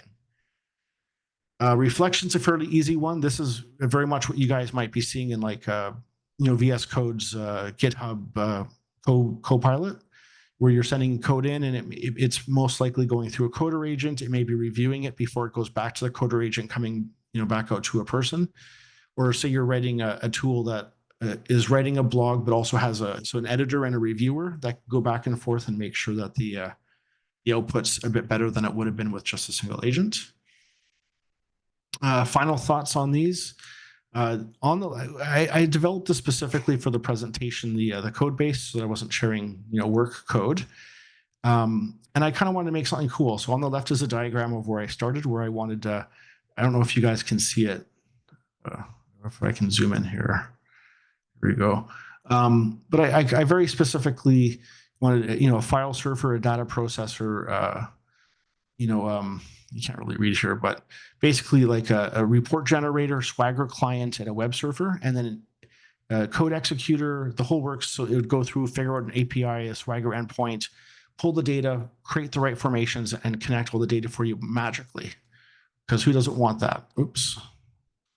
Now, the problem was, and this was something where it got me, was, again, the telephone game analogy I was using earlier. So because the system became less and less deterministic, the more I tried to make very specific agents, like that, it would generate, say, a recipe. I wanted 3 recipes. It gave me 1, or it'd give me 3, but it'd be missing the nutrition info from one of the APIs. The validation, agents would say, yes, it looks good. It was just little nuances along the way that caused some pain. So as they always say, KISS, right? Keep it simple. So this is what the actual demo is going to be on here, which is just a user task that's going into a selector group chat using a planner agent. The planner determining on the task either connects to Meal API, which has some tools here, one to get a random recipe and one that gets nutrition info from 2 different APIs from 2 different companies, and a software engineer agent that has one tool that can write out to HTML files. And the second tool I didn't draw here is obviously a Python code executor. And then I'll go to my demo and Q&A. So I'll do the demo first, and then if you have any great questions, do them in the chat or just hold on to them, and I'll answer whatever you want. There's also the links mentioned, and this slide deck will be in the GitHub repo as well, so you're able to view that. Awesome. Great code base going here. Actually, I'm gonna move this a little bit better so I can see it myself, because my camera is not great. Okay, so this particular code base, as I said, it has a meal nutrition agent, a planner, and a software engineer. And just to show it's actually quite small. The imports for this particular product really are starting here. Some of this is just me making the formatting nice, for example, because I want to, the console output to look pretty. But here I am, basically, these are the Autogen imports. These are me. I just brought in my own agents and separated them for code readability. And the rest of it is to deal with like asynchronous looping in Windows. So my setup team here is actually quite easy. I make a coding path, which you see doesn't exist right now, and a local command line executor. Typically, you want this in Docker. I'm doing this as a simplification for this demo because I realize not everyone has Docker. But if you did, this would be the Docker command line executor instead. So just caveat there for everyone listening. And I also get a Python code execution tool, which executes in the local command line executor. So this is what I use to give to the programmer so it can do work and achieve the tasks I ask without the tools being already there. To create each of the agents, I just made like for the planner, I just have an import and I give it a nice good old prompt, critical task request. It must contain exactly X number of recipes to generate, and so on and so forth. I tell somewhat about the meals. I've made this. So one thing I would recommend sometimes in this case is if you know what you're doing, make a tailored specific, set of prompts for your task, because you'll reduce your token usage, by a third, maybe even more, as well as the speed. I found when I make generic do everything agents, you're using triple the tokens because it's also writing to HTML and it already knows how to. I'll show you that in a moment. I'll go to an example of the software engineer agent. Again, I won't go over the prompt since anyone who wants it can either ask me to send the files or go to the GitHub repo. But we can see here where I'm giving it these tools. There's the code execution tool and one called write HTML file. This exposes this function to the agent in memory when it runs. And it's very important to note that when it does run, it actually extracts this definition into a separate file in the code. So you'll notice in some of these that I have the imports within here. That's because the imports outside don't get extracted and pulled out by the framework. So if you're writing tools, make sure your imports are within these tools. And this is an example here where I'm writing a HTML file. No point in having the framework keep writing code over and over to do something quite simple. Same thing with the meal nutrition. This will explain about, this one's actually quite easy. I describe basically the number of recipes I want, what the tools look like. You got this tool and as well as the kind of formats I want in between. And something very important about the tool definitions, by the way, you must make sure that you define your types. It is strongly type checked, and the agent Autogen system looks for these as hints to know how to interact with them. And it reads this prompt here or this description of your function. And it uses this also to understand what happens, what's returned. So that's important to take note. So in this case, I've got an API call to something, the meal DB, that gets me one random recipe. And I just do the, a standard request pattern on that. I also have get nutrition info, which is going against API ninjas. And I pass in an ingredient and it gets me back the correct ingredients. So with that being said, let me go back to my code, my main code, where there's a toolbar in the way here. Okay. So to set the whole team up after this, of course, I want to have a termination that's predictable, so we don't have 100,000 messages go by and end up owing someone $60,000 in tokens. That would be terrible. So I set up the participants as a list. I pass them into my team along with the model. The reason you pass a model to your team is, again, the selector itself becomes a high-level organizer. And even though I've got a planner to help micromanage, the selector helps pick that when it's needed. Process message is just a formatting tool for formatting the messages, as you'll see in a moment. And before I explain this, I'm going to start running it because it does take about 5 minutes to run. So I'm just hitting F5. We'll see this going here. And we'll see, so the basic task I've given it is relatively prescriptive. So we'll notice I'm being like, I want you to fetch recipe data. I want you to fetch exactly this number of recipes along with their ingredients, nutritional data, and so on.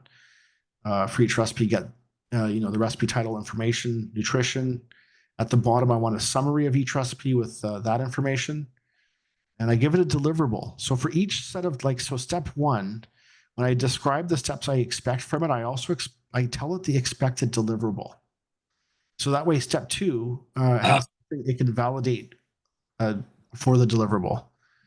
And that way, in between each step of the agents, I am making sure that the data is validated so they don't end up hallucinating beyond boundaries.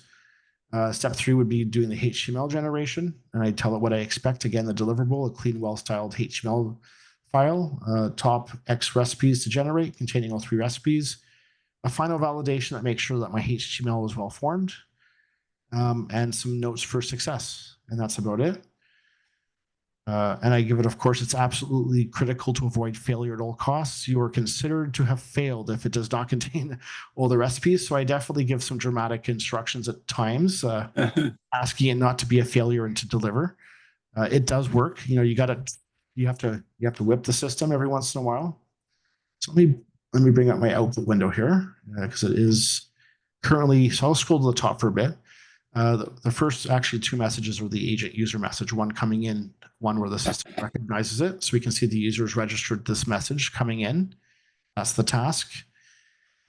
I'm using the Markdown library to make the console output look nice. And I can see now the chain of thought and between the agents. Here's what it's starting to figure out. You know, step 1, step 2, step 3, it's breaking it down.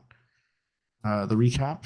And so now what's happening is you'll see a bunch of stuff that doesn't look as friendly. This is the output from the tool calls. So when you return your JSON data from like the first API call, for example, the meal nutrition agent, I'm getting that. It just comes back as a JSON format. Once the planning agent sort of receives this, it understands what to do next. So it's got a source link, image URL, YouTube. So it's starting to figure out the various shapes of these recipes. I'm going to scroll down a bit here. It has made a coding folder, which I'll expand. I can see it's actually, you'll see a bunch of PY files. It'll start writing Python code and saving the files out. I can see it's already generated something. I'll scroll down to see if it's finished. Scroll down quite a bit. There's a lot of extra messages here. I'm going to scroll on quite fast. Lots of tool call output, and it is done. Okay, perfect. So it took apparently 2.72 seconds. I may have to check my math to make sure. No, it would have been minutes. I divided by 60, but forgot to change. So it took 2.72 minutes. I found a bug. Input token cost, output token cost, cumulative for both of those, as well as the total chat cost, which is about 41 cents US. That would be about $20 Canadian at this point.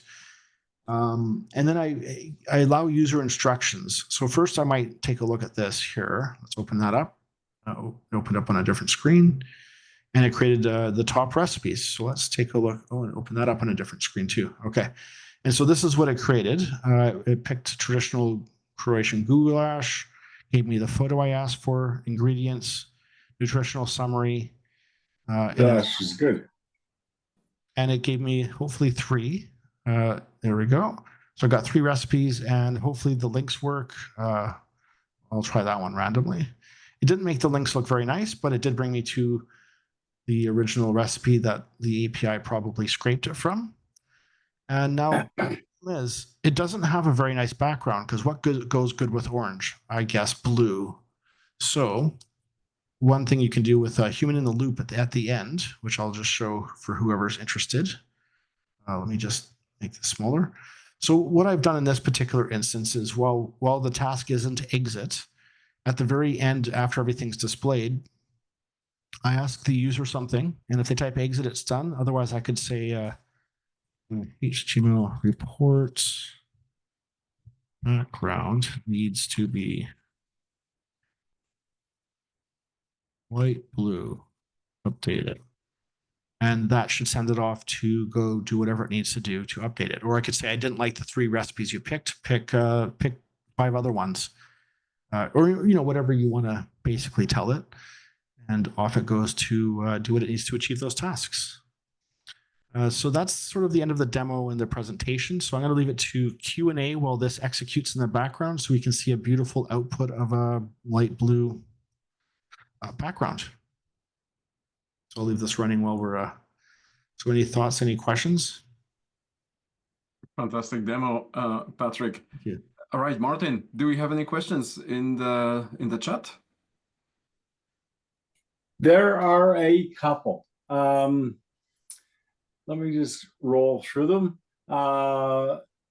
Is Autogen supported only on LLMs compatible with OpenAI, or am I missing something? No, it works with everything. You can use it with Gemini. You can use it with all sorts of LLMs, and you can add your own. It's relatively easy to add your own agents as well. Even local stuff. If you want to use Olama, there's a lot of plugins under the Autogen. You go to the Autogen core libraries, and they'll have the tools under the client tools. And I'll just point out now the agent finished, and now it has I clicked on the link, but what I was going to show is it now has a light blue background. So here was the original one, and then I asked it for blue, and it's now got blue. So that's a pleasant surprise. And yeah. Where's the Hungarian goulash? It's making me hungry. I haven't eaten dinner yet. Maybe I shouldn't have done a recipe thing. Sorry, guys. Yeah, sorry. I'm just like, okay, no. Another question.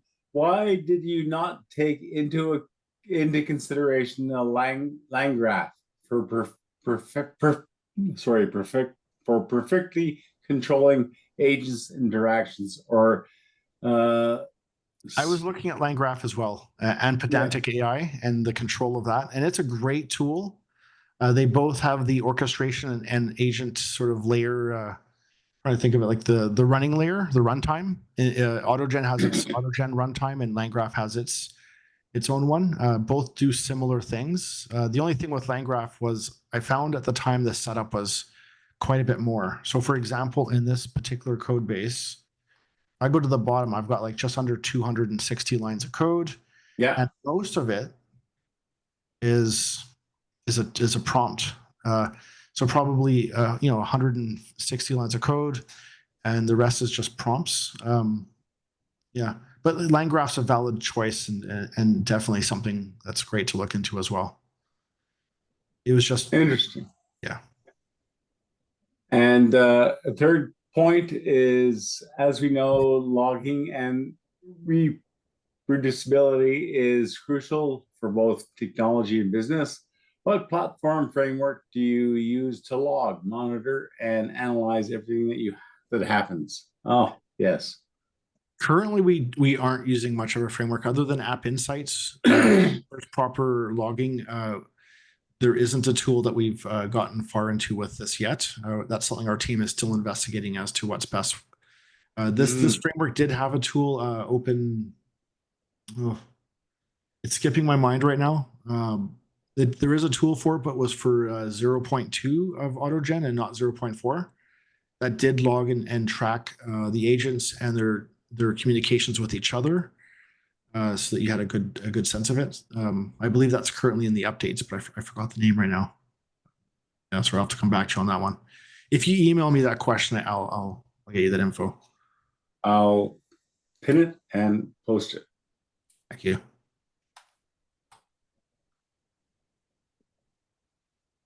Any other questions? Yeah, that was the last one in the chat, but of course. Yeah. Please unmute yourself and ask directly the question.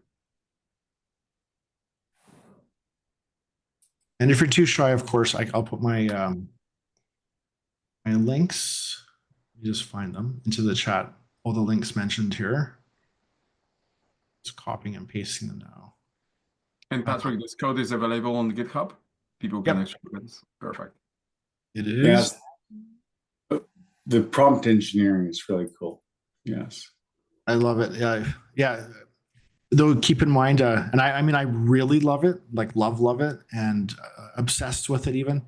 But I'm also obsessed with atomic small pieces of like micro agents that are going and doing solid things. And it did my hopes when I had to. You make them too small with too many, and you're asking for pain without the proper validation and procedures, anti-corruption layers before you come into like another boundary. Yeah. Yeah. Whole new view on developing microservices. Like really, it gives you the perspective of what it's like to be. Yeah. Yeah, it's like what it must be to be a manager, where you're having to write your own job titles and you get employees who follow them to the T, even if they aren't very good titles. Yeah, Yeah. they have to be succinct, right? Absolutely crisp. Yeah. Okay. Edward has a question. Yeah, good evening, Patrick. Sorry, I have another question. So did you try or did you have a chance to try small agents? And basically, it's the frameworks that propose some completely different approach, and it mainly focuses on using Python code in some kind of a sandbox. And what do you think about it? If you had a chance to try it, yeah. Small agents, is that a framework? Yes. It's called. I haven't tried that framework yet. No, but I'll have to keep an eye on it. I'll make a note. So something interesting, I guess. No, but I haven't tried the one called Small Agents, but I am writing it down. It really worth your attention, I think, because as I have said before, it uses a little bit different principles than all the frameworks that we have mentioned before. Thanks for bringing it up. Yeah, because I definitely like the idea of small agents. Very, very much so. I almost think of, I won't go into that, but thank you for the weekend. Warrants investigation. That's really cool. Thank you. Yeah. Any other questions? Okay, if not, then we're getting close to the end. So Patrick, fantastic presentation. A lot of information here. And so thank you very much. You did a great job. Yes, a lot of learning, but that's the future, right? That's where we are going with this. So so perfect. So thank you very, very much. So thank you very much to all the presenters, Danko, Praveen, and Patrick. Also, thank you very much for everybody who was here with us today. I do see one question. I don't know if we have time to answer it. Oh, yeah. Yes. From Abraham. He says he's a computer student in Kamloops. A lot of this has been difficult for me to follow, but his question is, how do agents handle errors or unexpected inputs in the real world applications? Which is an extremely good question and something I've been investigating quite a bit. So asynchronous punch back. Yeah. Well, they actually handle them pretty well if they know that they're supposed to handle them pretty well, especially when you start making smaller agents that output specifics. So there's a couple thoughts I've had on this after going through the last weekend of playing with this particular demo. Was one to, in between agents, to bring down the detail scale of what you're communicating. So having your messages combined, but having an intent that's going through that is easily understood, because you don't want to have that telephone call game where things are changing slowly. So having the intent separated from the message and making sure the intent is mapped to something useful. When something unexpected happens, basically returning in plain text or natural language what happened to the core agent system so that it can rectify it. And so typically it handles quite well. The dangerous things that you're going to find are when it doesn't tell you something's wrong. So the unexpected inputs will end up throwing up exceptions or something wrong. The dangerous scenarios would be that your validator says everything's perfect, looks great, and then causes an issue further down in your production code or your production. It's storing the wrong data in your database and you don't know because the AI can't handle that. And that segues into, AI can't do everything. Don't use it for everything. Use it for specific tasks that you'd like to automate that are more complex, but there's still a place in the world for real code. Oh, thank you so much. Thank you. All right, great. Thank you very much then. Okay, if you would like to share your knowledge with others and you would like to speak in one of our next events, please contact us. Thank you very much, everyone. Have a great evening. Thank you. You too. Thank you. Take care, everyone. Bye. Bye. Thank you. Bye.